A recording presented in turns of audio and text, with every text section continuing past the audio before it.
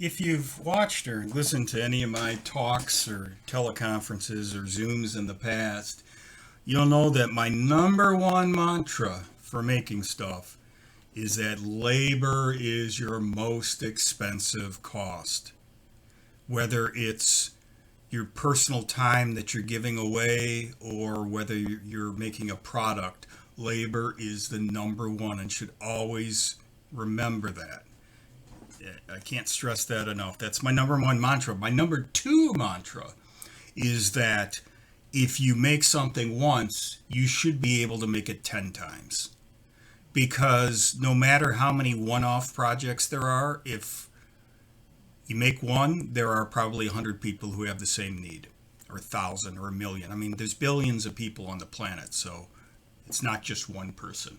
Okay, end of that speech. Let's move on to why I bring that up. I bring that up because of jigs. Jigs, yay! One of the ways I found to really speed up my production time and just to make things easier, because the more things I can make, the more people I can help. So what I do is I purchase this inexpensive. You'll see this on Amazon all the time. I can't even remember how much I paid for it, and I really hated it when I got it until I figured out a really good use for it, and that is for jigs. These are 3D printed custom parts that I do. I designed it in my favorite OpenSCAD ancient tool, and I use these for a variety of things. Anytime something is fiddly, so I make the part wide enough to fill into the spring-loaded jaws of this, and it tilts, which is really cool. So for example, let's say I wanted to solder up a bunch of these. Well, putting these in my pan of ice or, God forbid, alligator clips is just going to be a lesson in pain. So instead, I slip it in there. I could route my wire through, flip it back, and then come in with my soldering iron and tack solder it. So this is this idea, and it just comes out because I'm always going to have another silly part to work with.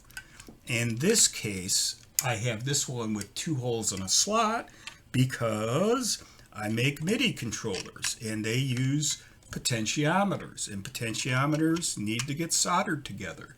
So in this case, I have the 2 potentiometers sitting there. I could do the wire because these get wired together. So I could put them right here, solder, pull the wire over, solder, boom. And I don't have to mess with a clamp that just doesn't do what I need it to do. Another really useful use of this one I happened to print in red for no other reason than I had red in the printer. Soldering switches. These are little tiny slide switches that go into my MIDI Solo Plus, and you can just drop them in there like that and do your soldering. In fact, I think this is the wrong one. This is for something else. But you get the idea. It's drop in the switches and off you go. Yeah, I think I did grab the wrong switches. Anyhow, you get the idea. The other thing, I've done ones, round ones. This is for glide points, the track points, the round ones, because there are, 7, 9 different soldering points on that little 35 millimeter board. This holds it in place for moving around. I have different sizes for different glide points. When I'm aligning these jacks, if I was trying to align it, I would just temporarily mount it into this scrap piece and do that alignment. Let's see, I got what else in here. This is a strangely shaped one. For those viewers out there who have dealt with them, this is for holding a Joy-Con replacement joystick so that I could solder it for the one that has the pins on it. So it's exactly fit to the cutout of that, keeps it lock solid in place. The other tip I would say, and this is kind of a combination of the two, is, oh man, I can't even remember what this is for, but when I have to build one, I'll remember. But I use some of this tack stuff this blue tack stuff, and who makes it I can't remember right now, but you can get it at Walmart in the craft area.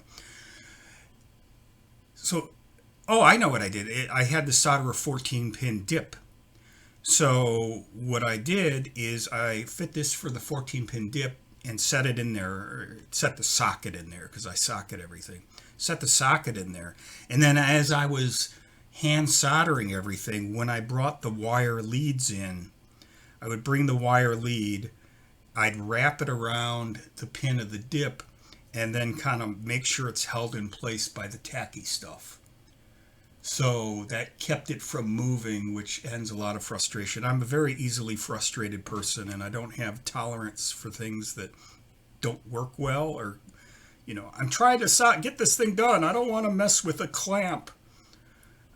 So that's where these evolve. So this blue tack stuff, real helpful for holding wires while you're soldering. Things are moving around. What I really need is I need like tiny little helping hands that I may have to custom design. Speaking of which, this is what the setup that I use for soldering those little quick connects for the keyboard keys. It's a little Pad of Ice Junior, and then I have it gripping a cheap pair of tweezers. And that little black plastic part, which I don't have on hand right here, will slide right in here. This holds it with a nice grip of death so that I can then go in my soldering. I got plenty of room all around the solder. It holds it nice and tight. And there you go. So there's my little speech in the beginning and some ideas for making different sorts of jigs.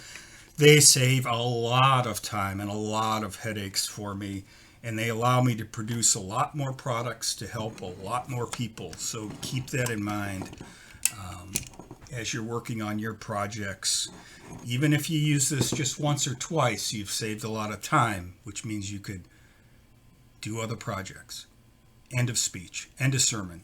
Thanks for watching.